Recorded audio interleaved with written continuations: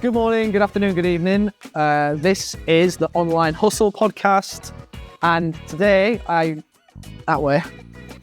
my right here we have Anna Simpson, who's just given us a wave. Anna is head of paid media at Cedarwood Digital. Before I get too much into that, Anna, if you can just give us a bit of a background of who you are yourself. I know I've just introduced you, but you take it away and tell everybody who you are. Hi, yeah, thank you for that. So I'm Anna. I head up the paid media department at Cedarwood. I've been here about 8 years now.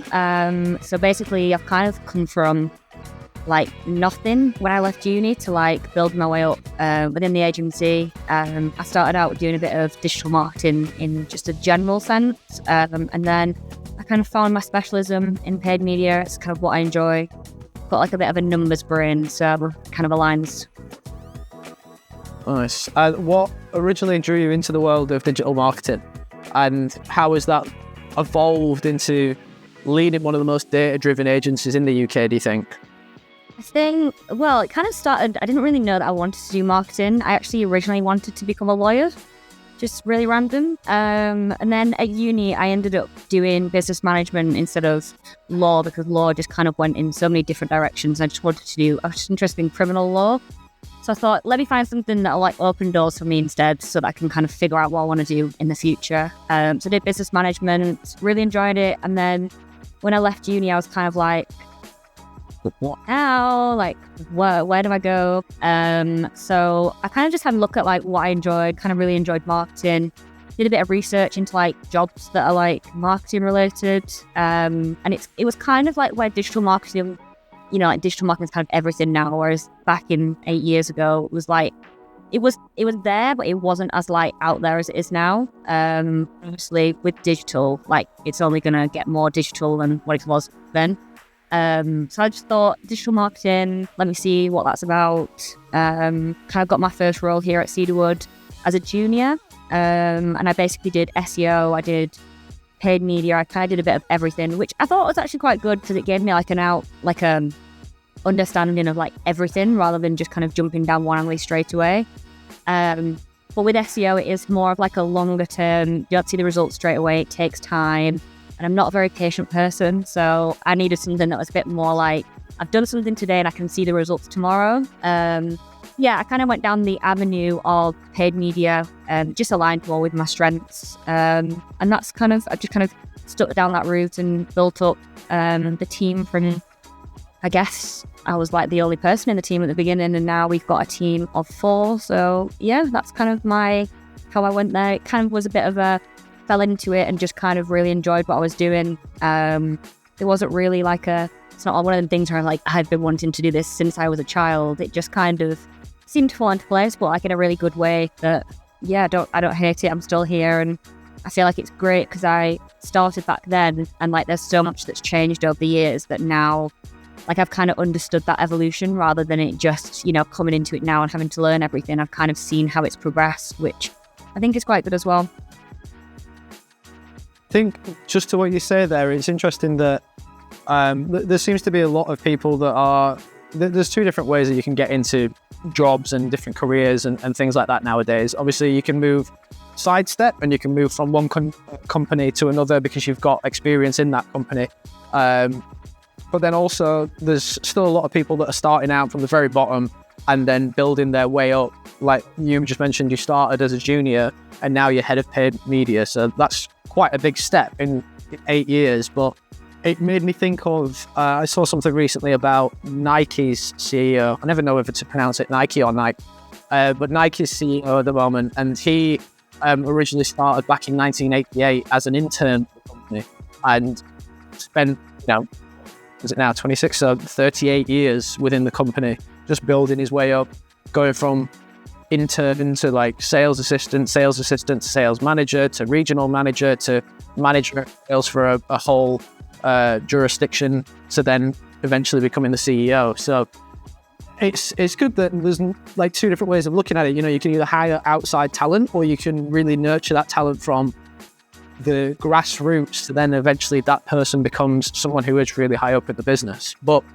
we've been talking a lot about what you've done and how you got there, but for anybody who doesn't already know Cedarwood Digital, How would you describe what makes this, your agency, different? Because, there's hundreds of agencies out there, local ones, national ones. From what I understand, you're not a full service agency by design. So why did you choose to focus on SEO, digital PR, and media only? Look, so my boss Amanda, so she's director of Cedarwood. She has worked for different agencies before, like agencies that do like everything. So kind of like full service. They do like web design, web development, everything that you possibly want under the sun. They kind of do. And I think that when she decided to start her own agency, she wanted to be like a real expert in the things that we do. So instead of just kind of being good at everything, being like really like best in class at the things that we do. And I think sometimes, especially because we're a smaller agency, it means that we can be quite adaptable. So like a lot of our clients like respect that about us, is that we're always on hand to kind of we understand their businesses. And I think it's just about knowing that we're building teams that are really good at what they do, so that when we do obviously like pitch for new clients, we kind of have that expertise. We're not just kind of blagging our way through it. We've got the teams that are built up in those specialisms, because that's what we want to focus on. We don't want to be just like doing like okay things at everything. We want to be the best at what we do and be able to kind of have that cemented in, the expertise of the team. We don't want to just kind of add things on if we know that we're not experts at it. We don't want to just kind of blag it for the sake of it. We want to be able to feel confident in our teams, in like the work that we're producing for our clients. And I think it just kind of built from that. Obviously, digital marketing, it expands a lot of different things now.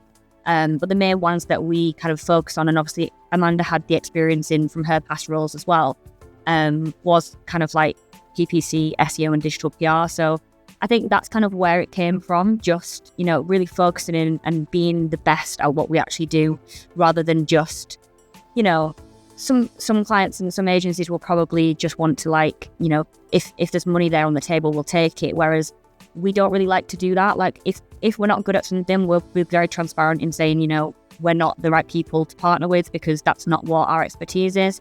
And I think it's good for like reputation as well, because, we know what we're doing. We're not kind of just making it up as we go along, and we don't ever want to be like an agency that's just trying different things just for the sake of getting extra clients. And if that makes sense, we want to like be really confident in that we know what we're doing.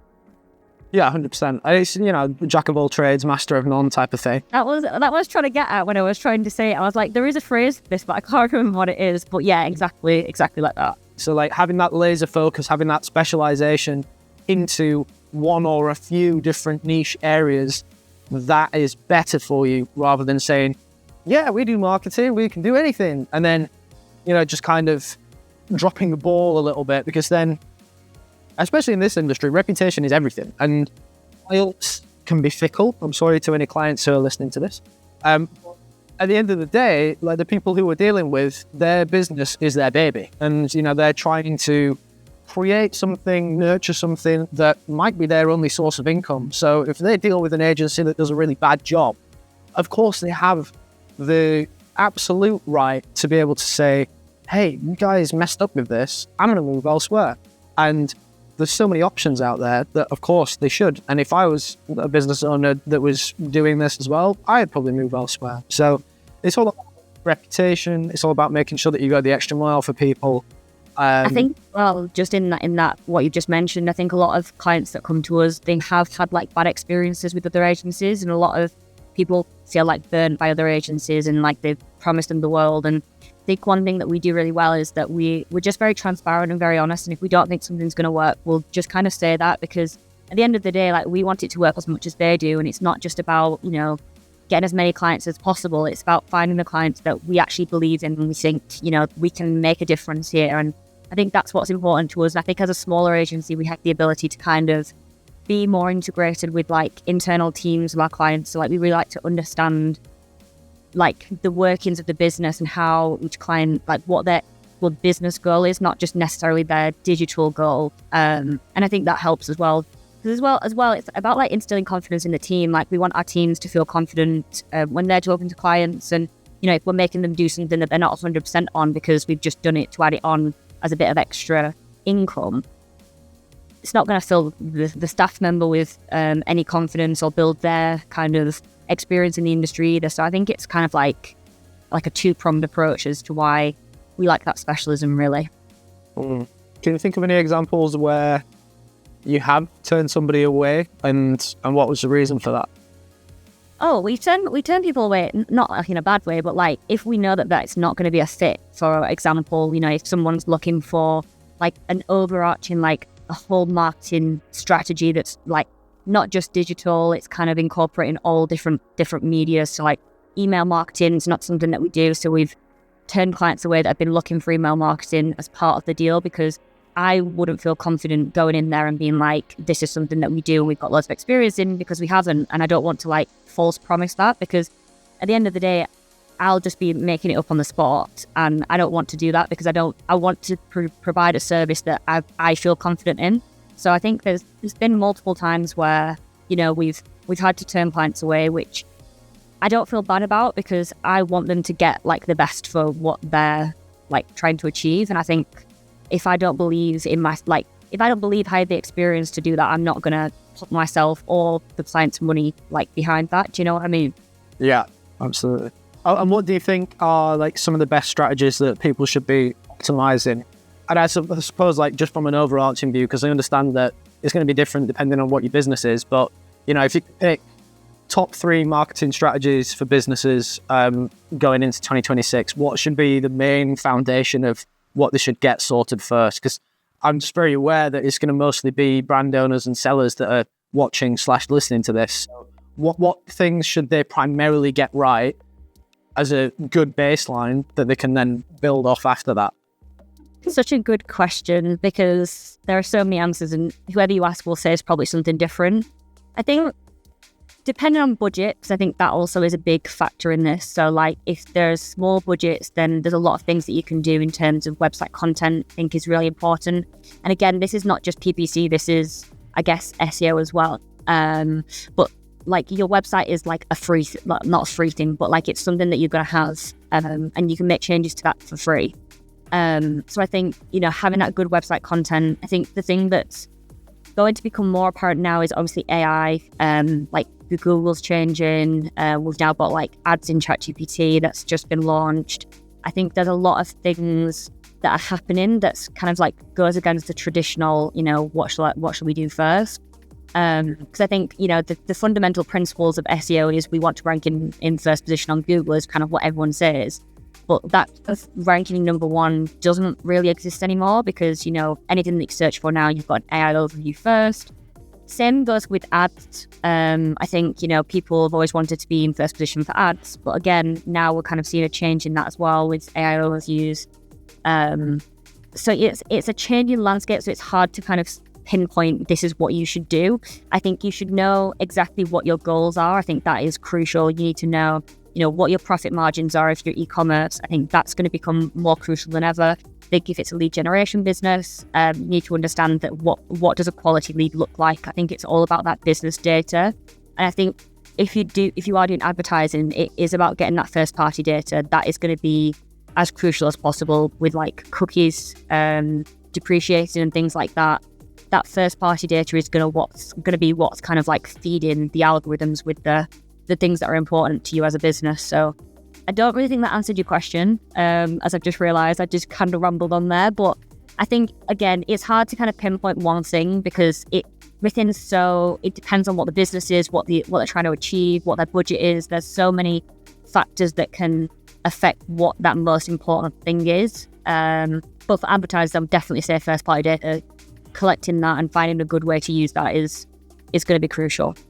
Yeah, well, when you were saying about like how much it's changed recently, especially with AI, I mean, even this time last year, it didn't exist where you could do shopping inside ChatGPT. And I don't mean like physically checking out, but obviously earlier on brought out their sort of replacement for Google Shopping. And I've talked about this like hundreds of times on here already, so I'm sorry for anybody who's listened to other ones who's going to hear me repeat.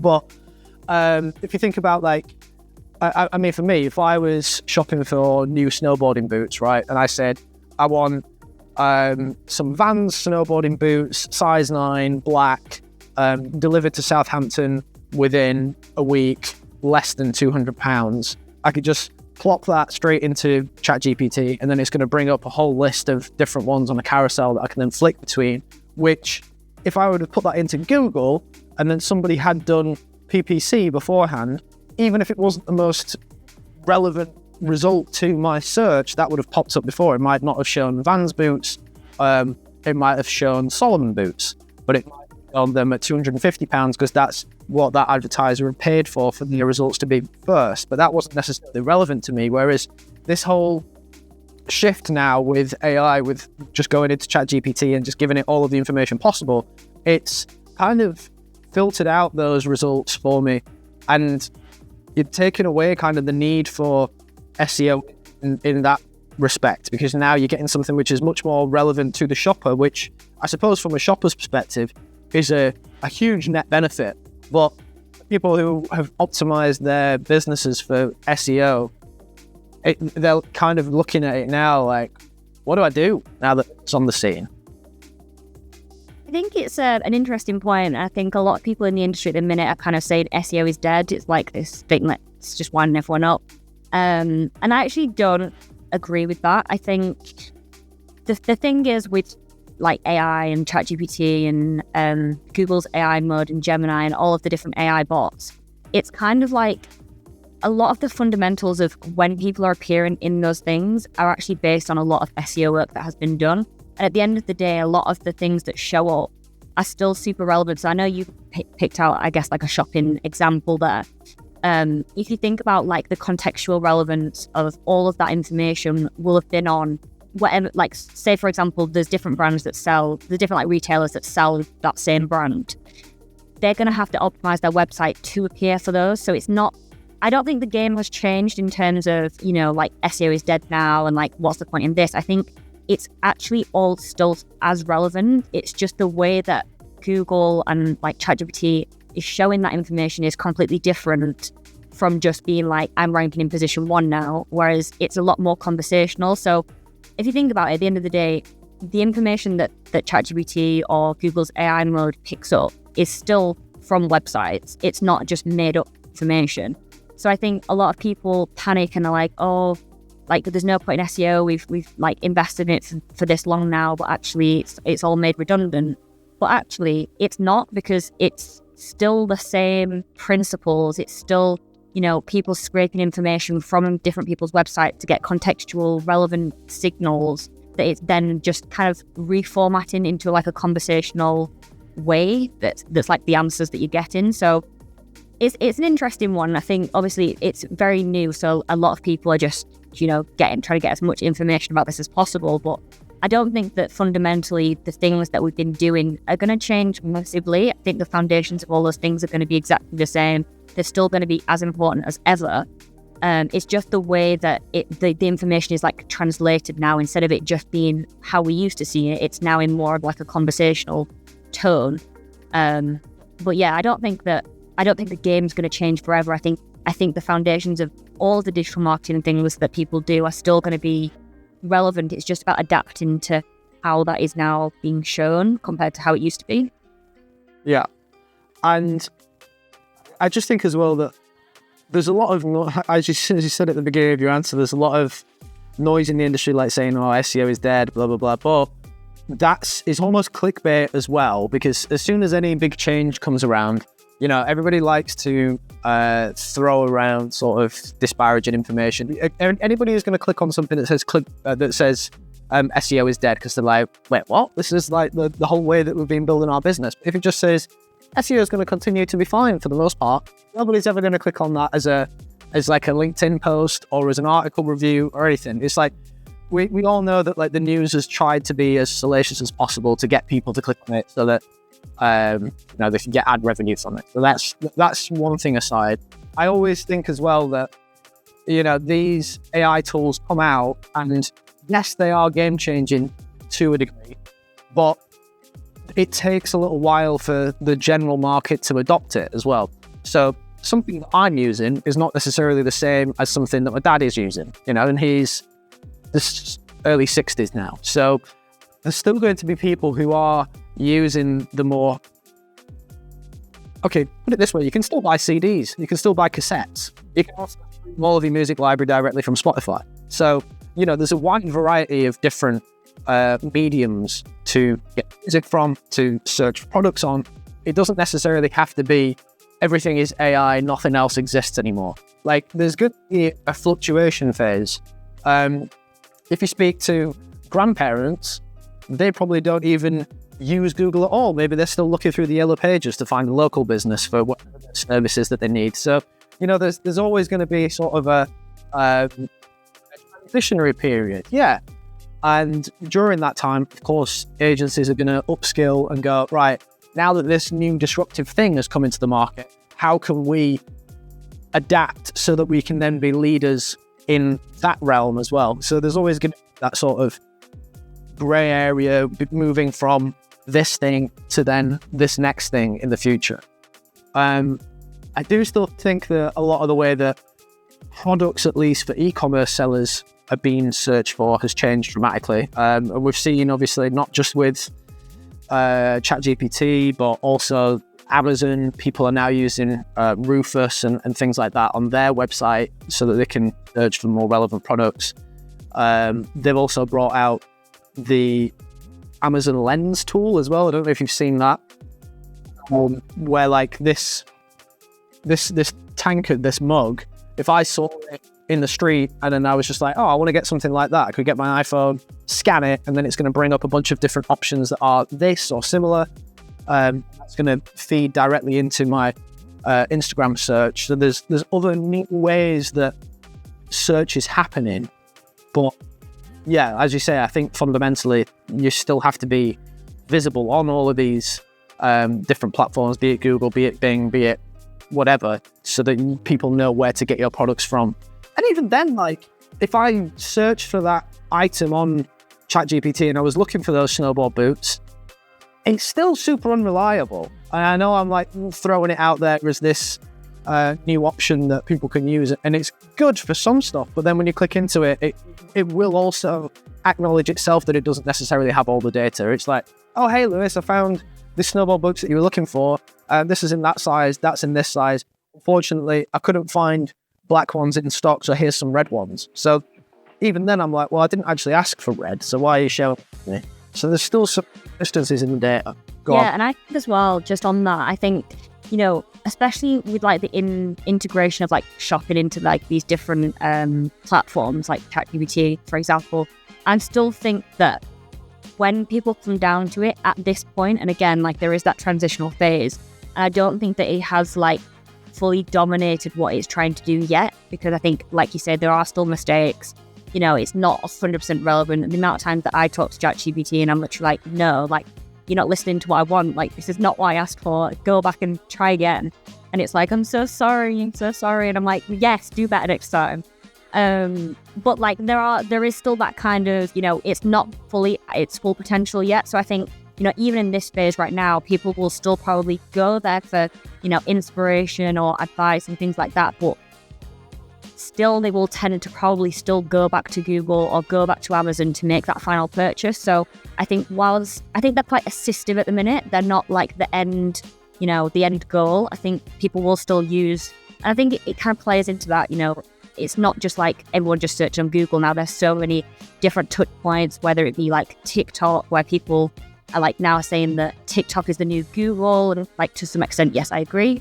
To some extent, again, there's probably a big demographic that are not on TikTok. So it's about kind of getting the balance of like different things right, and not just kind of leading everything into one channel. Like I say that, but then also not leaning into everything, because I feel like you can be everywhere and actually nothing's working for you. It's about understanding where your target audience is and what their kind of behaviors are and platforms they're using, rather than just, you've seen something online that says TikTok is now the new Google.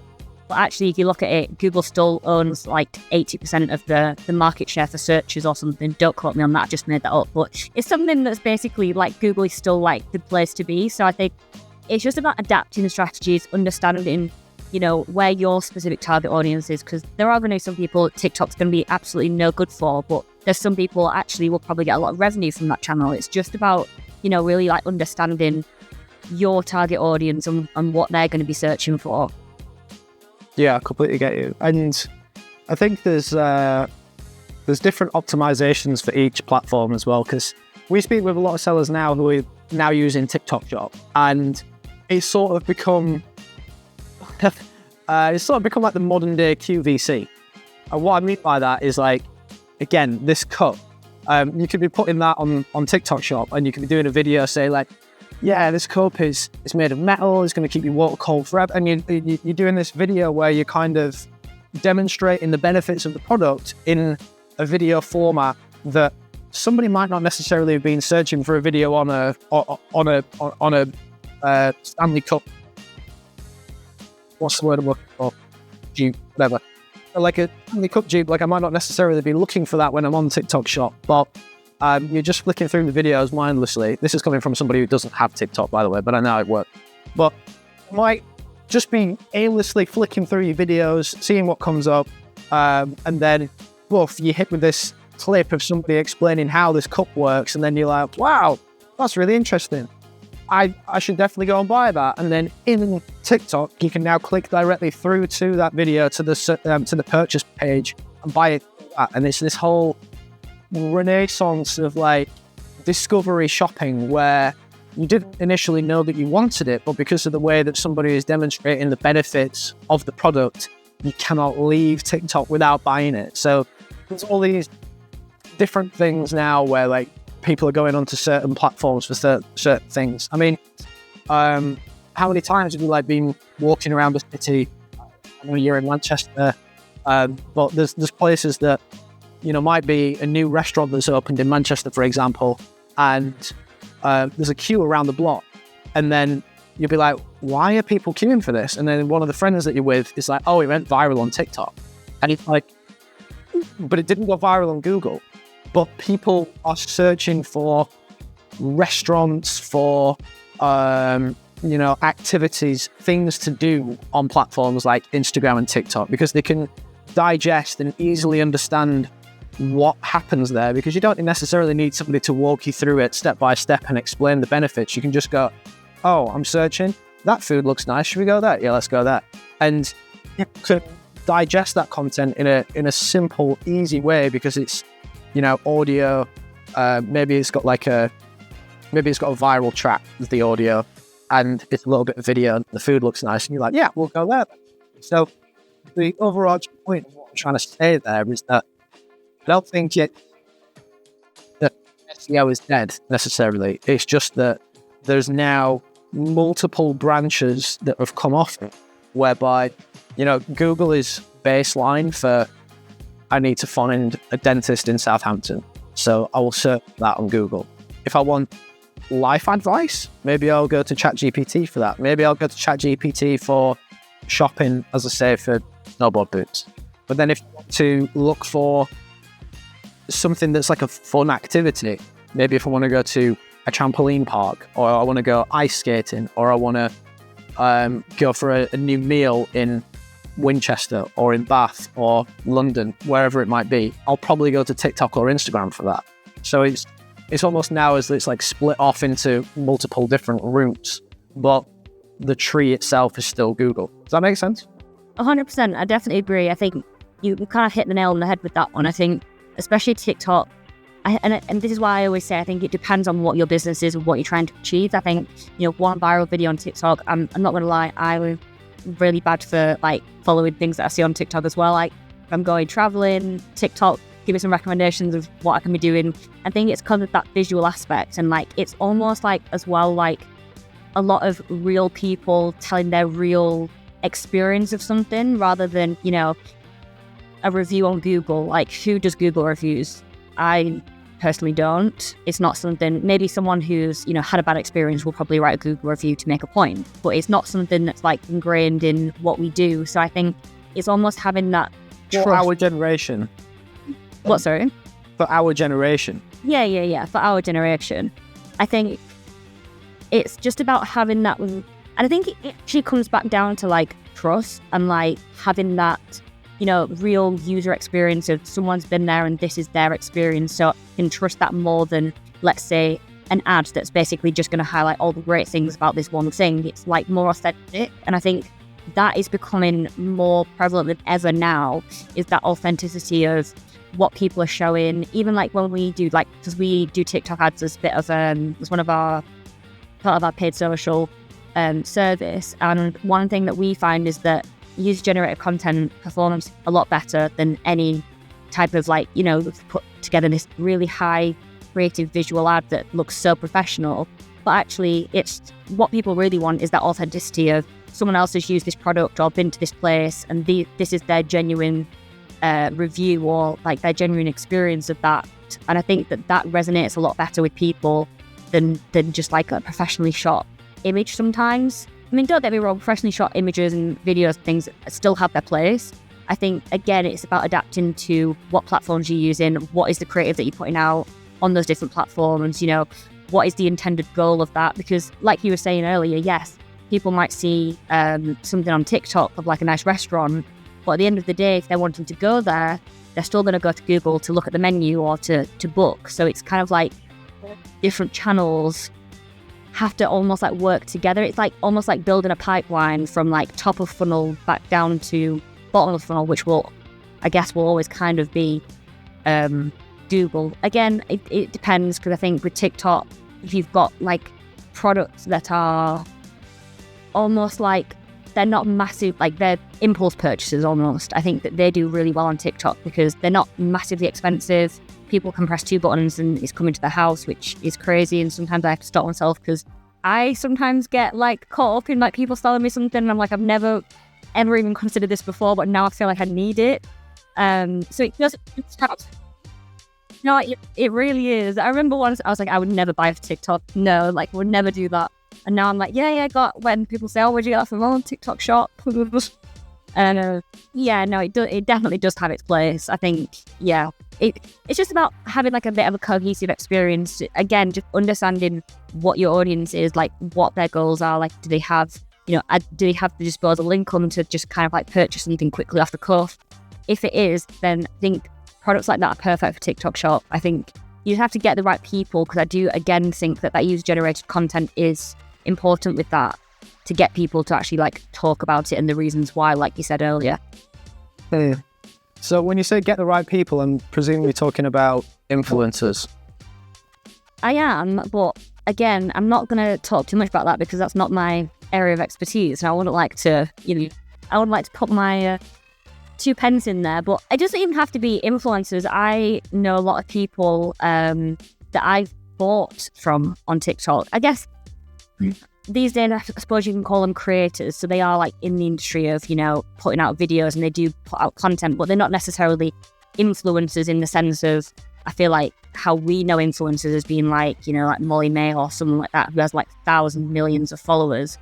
But just people that are posting content, and I'm sure they do deals and with businesses that, again, I wouldn't know because it's not my area of expertise. But the people that I've bought off TikTok shop from have not been people that I know of. It's just about the familiarity of the product and the brand.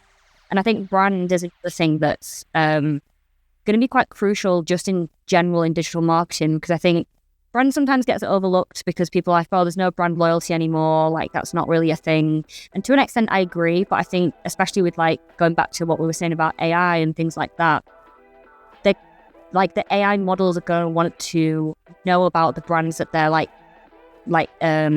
what's the word? That they're like putting forward. So like if you're asking for advice on something and Google's like giving you an answer, they don't want to be recommending brands that have like really bad reviews or like things like that. So I think brand is going to become more important as well, just overall in terms of like trust, having like good reviews. I think just having the backing of not just being the website that's saying, oh, we're good at this, but actually having like other people, like obviously like what's the word, solidifying that. Yeah, no, I completely get you. I just think I'm not going to dwell on it too much, as you said, it's not your area of expertise, but I was thinking when we were talking influencers then, if you had a time machine and you went back in time 10 years, I know people are doing a lot of recaps at the moment about 2016 versus 2026, and I'm not even going to talk about how I looked back then. It was questionable to say the least, but if you got a time machine and went back to 2016 now, and then you said the word influencer, I don't think people would really know what you were talking about. So that's something that's super new that's come out. And, you know, like, I think when everybody was using Instagram back then, it was just images. And I think back then you could only just post one as well, not a whole carousel of 20. And then there was no such thing as Reels. TikTok didn't exist.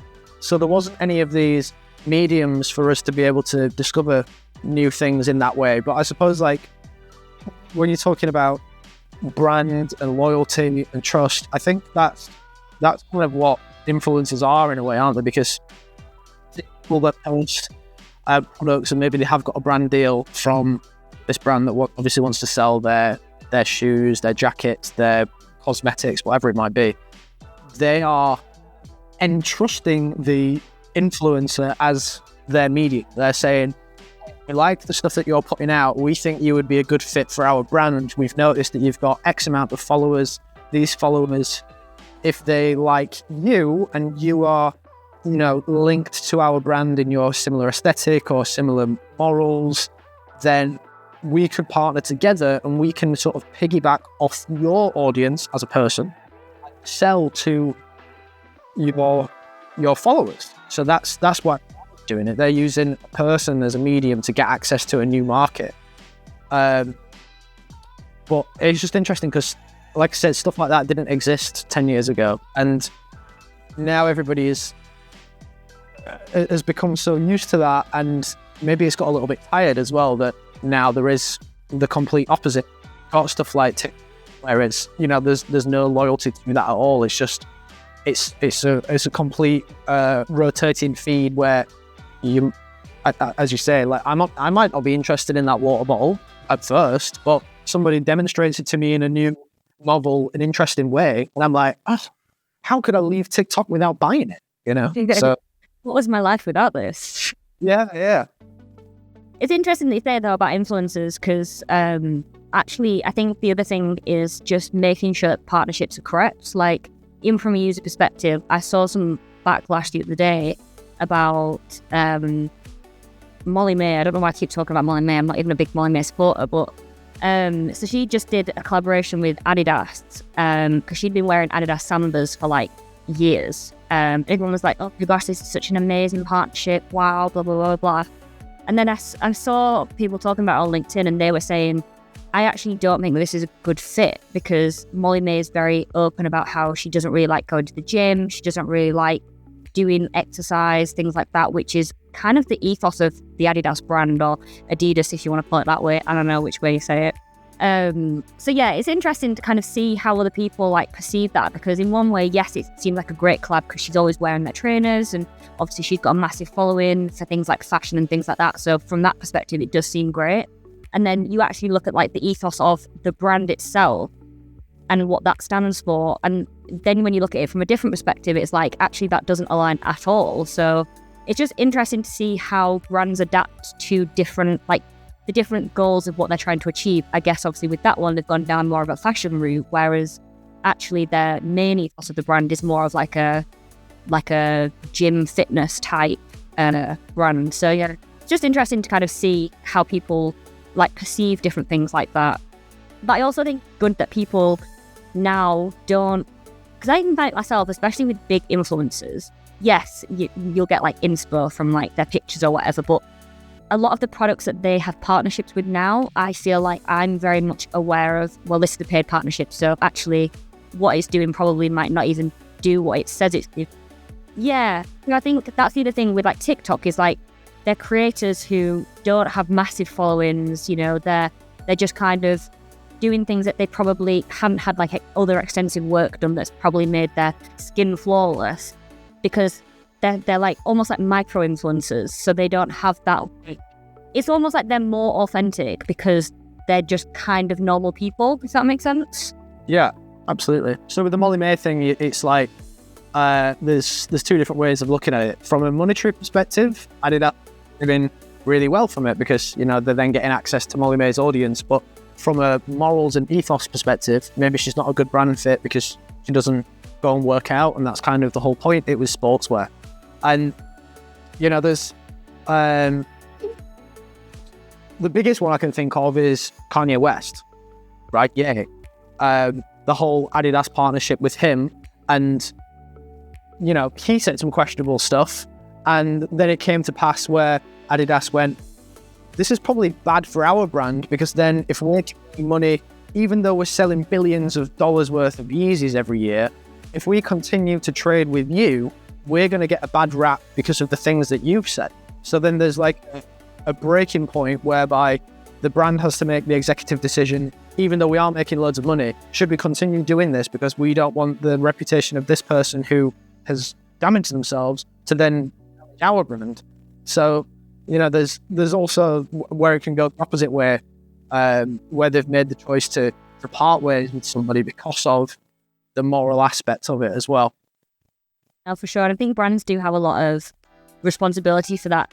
Even more so now, I just think because of the way that the world is, like, there's so much like information sharing now. Like, 10 years ago, if something happened in America, we probably wouldn't hear about it for but now immediately. Like, as soon as something happens, everyone in the world knows it. And I think that's another thing for brands to be considerate about, is that, people will dig up people's past. Like, that's not some, like, people are bored and will do these things just to just for the drama of it. So I think brands have to be careful as well with who they're choosing to partner with, because, it can reflect, it kind of seems a bit bad, but obviously, it's not the brand's fault that someone's done or said something bad. But I think, they do have to do their due diligence with that, just to kind of protect themselves, because I think that is more so than ever is becoming a problem with influencers, for sure. Let's talk about digital PR for a minute, because this is something that was one of my touch points. So we were talking about building trust and getting visibility. So, getting visibility is one thing, and that can come from SEO, PPC, all of that good stuff. But then, once you have got somebody, so let's say you're a new brand, what are you selling? Just give me an idea. Water bottles. We keep talking about water bottles as well. I know, it's just because I looked here and I had my water bottles. So let's say chairs then. Let's say chairs. We're so imaginative. So you're a new brand, you've just started selling, you're selling in the UK, you're a UK established furniture company, you're now selling new chairs.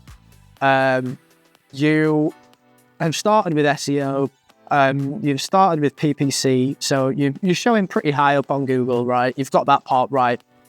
Now that you are newly established, you've got your product, you've got your website, and you've optimized for your search engines, how do you then turn that visibility into trust? Like, what do you think? Can you give me a rundown? There's loads of different ways that you can do it. I think with digital PR, obviously it's about, so it's two-pronged. So one, it is getting visibility in front of your target audience in different like online publications and things like that. But also there is the other side of it where it's what Google sees. So there's like trust with consumers, and then there's also trust with Google, for example. So the way digital PR works is that you will basically get a link back from another website that's like more reputable than yours. So you have what we call a domain rating, which is like a number between 0 and 100. And that is how Google basically ranks your website in terms of trust, like how many links it's got coming into it and what the reputation of those links are. So every website will have a domain rating, and obviously the more reputable, the higher the rating. So for example, like BBC News, or, your national publications like newspapers, things like that, will have a high domain rating. So what basically people see those domains as trustworthy? As in Google sees those domains as trustworthy. Okay, yeah, got it. So what you basically want to do is get links from other websites that are higher, like a higher authority than you, because what it tells Google is that your website is like in this like neighborhood with all of these other really highly reputable websites, if that makes sense. Yeah. The goal is to kind of get these high level or high domain ranking websites linking back to your website. Obviously, you can't just say BBC, can you put a link to my website on your website like that? What you've got to do is you've got to come up with, there's loads of different ways, and I don't want to, again, digital PR is not my specialty, but someone in the team will probably watch this and be like, I know you messed that up. But basically what happens is you have to kind of find a way to get journalists or people to link the website. So you can do things like thought leadership. So you can like put a press release out about something that kind of links to, and it's not directly selling. So it won't be like I'm doing a press release about chairs.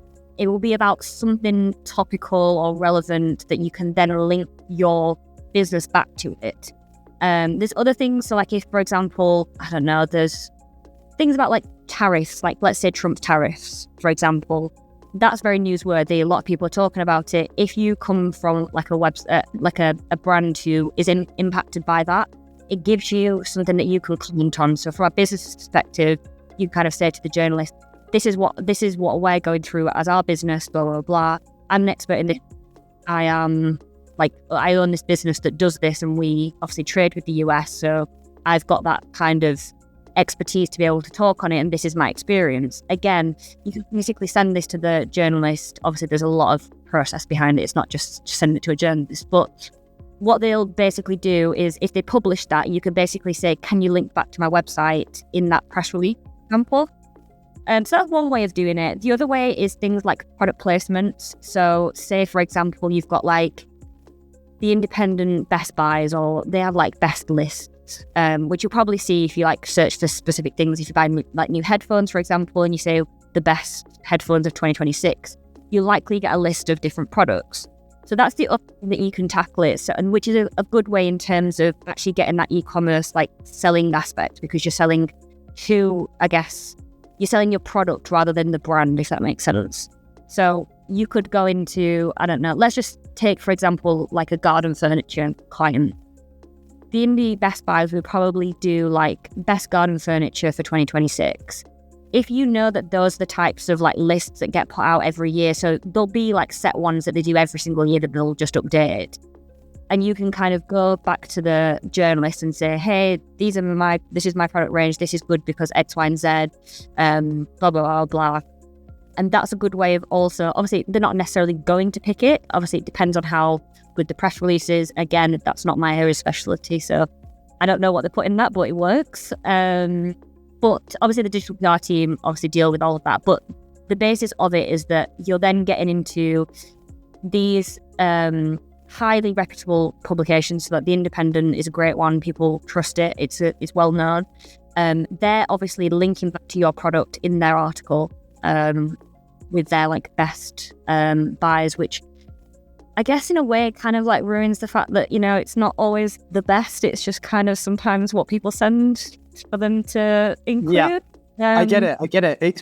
What you're doing as a customer is, or as a potential client, is you are shopping around and you're going, right, instead of going on a search engine and looking for this product so that I don't get sold to, what I'm going to do is I'm going to go to the Independent and I'm going to find a list because, you know, the clue's in the name, they're independent. So I'm going to use this third-party impartial website, and then I'm going to use their list, and I'm going to base my buying decision off this impartial list of products, and I'm going to choose one that fits my budget, that fits the needs of me as a customer, only for you to then find out that the list wasn't impartial or independent at all. It's being influenced. I don't want to get the legal action against me.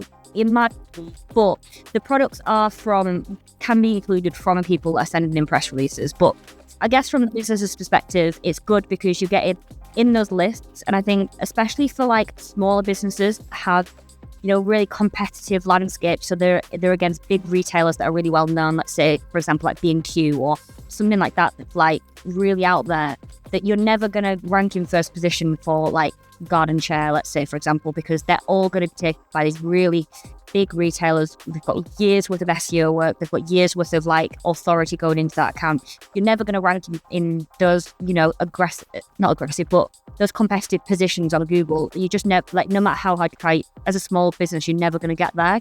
So this is a good way of getting into those top positions. Yes, it's not directly your website, but the Independent will probably rank quite highly for terms like that, or like best garden bench or whatever, like things like that.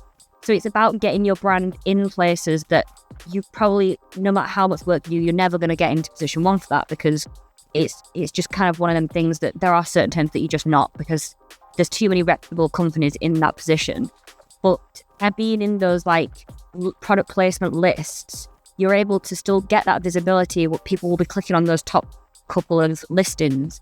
And again, that has that kind of commercial aspect as well, because people will be looking for it. They'll be clicking on like the Independent, for example, the best list.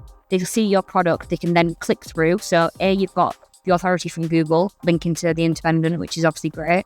But then also you've got the customers who are looking for that, clicking through to the website to then potentially purchase, if that's obviously after the research that they do, if that's what they want to do. So that's how kind of digital PR works in a nutshell. I hope I didn't butcher that. But basically, it's well, I get it after that explanation. So no, do you know what? I'll take that. But yeah, it's about Google's understanding of the website and what it thinks that you're related to, or if you've got reputable companies linking to you, it kind of boosts your trust, I guess. So it has that side of things, but then it also has the side where you are getting you're getting your brand out there. It's like brand awareness. So in things that people are reading, or like topical conversations, if the brand is popping up, it's about that like brand recall. And like I was saying back at the beginning about brand becoming important, it's just another way of getting your brand out there, especially when you don't have massive budgets. Just about that, people being aware of the brand and hearing about the brand, because I think even if it's not relevant to what you're looking for now, in the future, if you are then looking for, it's those like brand recalls that like trigger you to think, oh, I remember reading about that brand somewhere in like a reputable publication. So it almost has that element of trust within it as well. Sorry, I rambled on for a very long time there. Not a worry at all. It's it just made me think of a couple of different things. Number one is that digital PR is definitely working on me. The reason I say that is because one of the other podcast guests that I recently reached out to, I found him because his company was recently featured in a BBC News excerpt, and they do like wholesaling of products, and there was an article that came out about them being a new business and the way that they've taken something that isn't currently on the market and how they've sort of exploited this niche and how it's a really good, unique, novel idea. And I only came across that not because of this company's marketing, but because I saw it on BBC. So as you say, it building credibility for the company because there is the backing of this really reputable organization behind it. My second point would have been that in a way, it kind of links back to influencer marketing in a way. The reason I say that is because, again, if you use the Molly May and Adidas example, there's going to be some people who, well, that's probably not a good one actually, because everybody knows Adidas, but the whole reason why Adidas wanted to partner with Molly May is so that they can get specific access to her audience. And it's kind of like the whole reason why this company that I've reached out to for a next podcast has decided to put an article on BBC's because everybody knows BBC, so they're probably going to be more visible. So it's kind of a similar thing, but just in a different way. I was going to say the other thing that you can do as well is that say for example, you're a smaller business, you've not got masses of reviews, because I feel like, again, reviews are hard to come by, but again, very important for new businesses as well, or like smaller businesses, because again, it's that trust and that credibility. But the other thing, if you do get into these publications, is that you can start putting those logos on your website and being like, as featured in blah, blah, blah. And again, that obviously link back to the article, because again, that shows, even if someone hasn't seen it on those websites, but has come across you a different way, for example, and they're looking for those trust signals because maybe they've never heard of you before, if you can clearly say, well, actually, we've been featured on The Independent, the BBC's covered us, like that in itself, and you can link back to those articles, that in itself builds trust, because you're thinking, all right, well, it's not going to be a really dodgy company if like these big reputable publications are like writing about them. So it's kind of like win-win from that perspective. Yeah, 100%. Yeah, it's just not something that I'd ever really considered. But you do see it being implemented a lot, especially when you're like shopping online. You'll see it with things even in real life as well, won't you? You'll see like I've got one particular place in mind in Manchester, a little burrito bar that used to have a picture up on the wall from when they were on like BBC Good Food, and like Ainsley Harriott went there. Stuff like that. It's like, oh, these guys must be pretty good if Ainsley Harriott's come in to cook with us. So it's, yeah, it's that. It's like being a part of this network, this community. Oh, look who we rub shoulders with, type of thing. I think it goes back to that, like, I think trust and authenticity and like just being real is more important these days as marketing than it is to have like some really shiny polish. I think people want that like raw, like real reviews and things like that, where, you know, it's not just, oh, this is our polished shiny version of us. It's like, actually, this is the real life. People, you know, people are interested in us, like we talk. Do you know what I mean? It's about being like part of that. Do you know, I don't know what the word I'm looking for, but you know what I mean. Yeah, that space, that bubble, that ecosystem was a good notch to throw around. Right, I've got two more for you. So yeah, as we're starting to like wrap up here, what is on your radar for 2026? Are there any big shifts in SEO, paid media, or as you said, digital PR that you think sellers should be preparing for right now?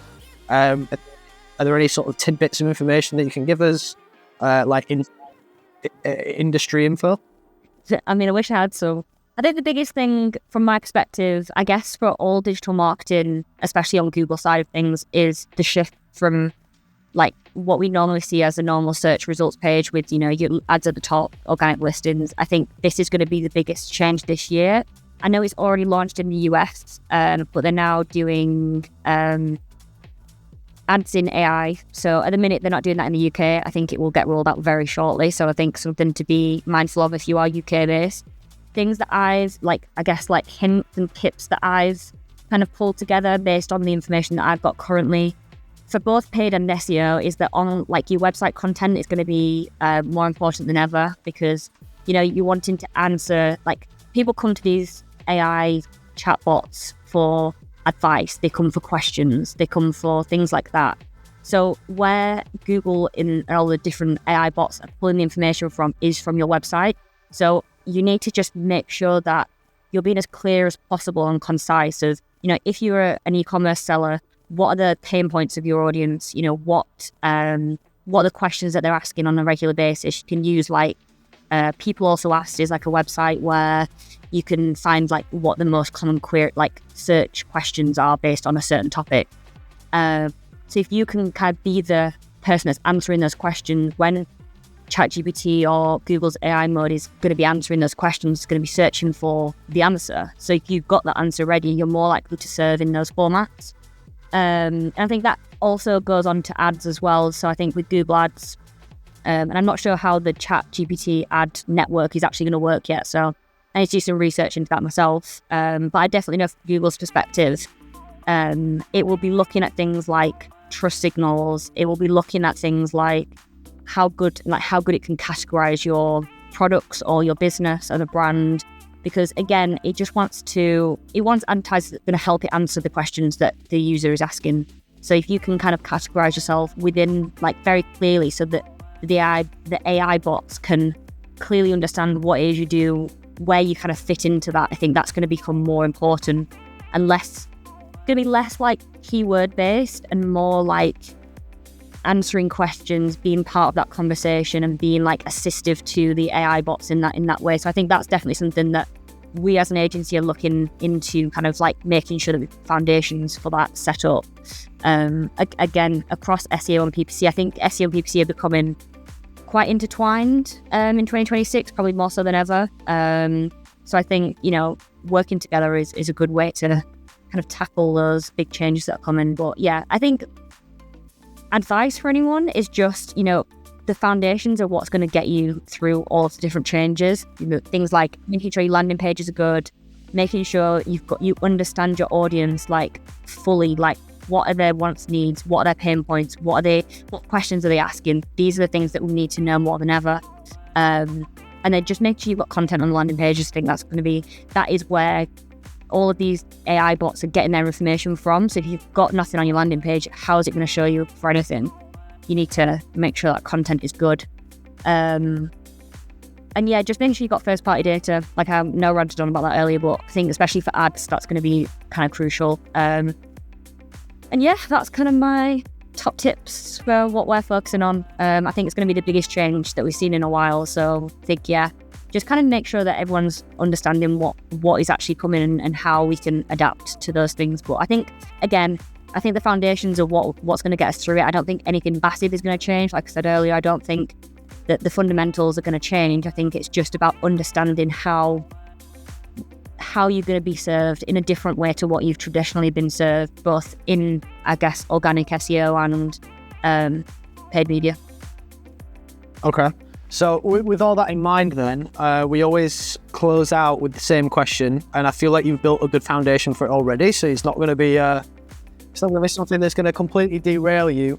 But if you had to, so completely hypothetical, if you had to start your own brand right now, this coming weekend, with absolutely no resources whatsoever, you've got an idea, you've got a dream, you've got a product in mind maybe, what would be the first thing you would do to ensure a successful launch? I think the first thing that I would do is really understand where you sit in the market. So like, I know this is going to be a bit like wishy-washy, but I think you can't market anything until you really understand where you sit in the market. So that's who your competitors are, what your USP is that's different to the competitors, what target audience is and where they are. So like understanding what channels, you need to understand where the target audience is, what kind of things they're searching for, to understand where to like launch your brand. So I think really understanding and it's not just like, oh, well, it's going to be like women at like between 25 and 30. It needs to be like in depth for what are the things that they do, like what things are they interested in, where are they searching online, what other things are they interested in. So it's not just about kind of what you're interested in, but actually build it. It's something that we do. So we kind of build audience personas of people. So it could be that you have a really wide range of a target audience. So not everyone's going to be the same, but you need to understand or like kind of bucket people into certain personas. So you could have like an older male and what kind of things that they're interested in, or you could have a younger female, for example. They're going to be so completely different, but could still be part of your target audience. So it's about really understanding those differences and kind of what they're interested in and what they're searching for and what their needs are. And then also understanding who your competitors are, because there are going to be some brands that want to launch and your competitors are going to be really big retailers that you're never going to be able to compete to the same extent. So it's about kind of finding those pockets of like competitiveness. Do you know what I mean? So it's about like really understanding the market so that when you actually launch or when you are like choosing a channel to go down, you've got a really solid understanding of why you're doing that and why it's going to be effective. Because there are some businesses that, are always going to be competing against really big retailers that have budget that goes on for miles. That's not going to be the case for a lot of smaller businesses. So it's about being strategic in who you're targeting, why you're targeting them, but actually getting that understanding before you start. Because a lot of people just like, right, let's just put money into Google Ads or let's put money into Meta because additionally that works. But actually you need to kind of be a bit more strategic in those senses and just really understand the overarching goals first. And then you can kind of really hone in on those areas. I thought that was a good. That was great. Yeah. So where you sit in the market, who the people are that you're trying to sell, where your competitors are and what they're doing, and what are your USPs, what is your niche, what is your benefit, and why should people buy it based on the aforementioned data that you have. Testing is important. I'll always say that. Make sure you're testing everything at all times. Look, that is, I couldn't think of a better way to wrap it up, nice and succinct. Anna, before we go, where can people find you? What should they be contacting you for? And if they want to learn more, how can they learn more? Yeah, well, I'm on LinkedIn, Anna Simpson, head of paid media at Cedarwood. So please send me a connection. What you should come to me for, anything paid media, if you need any help, advice with that.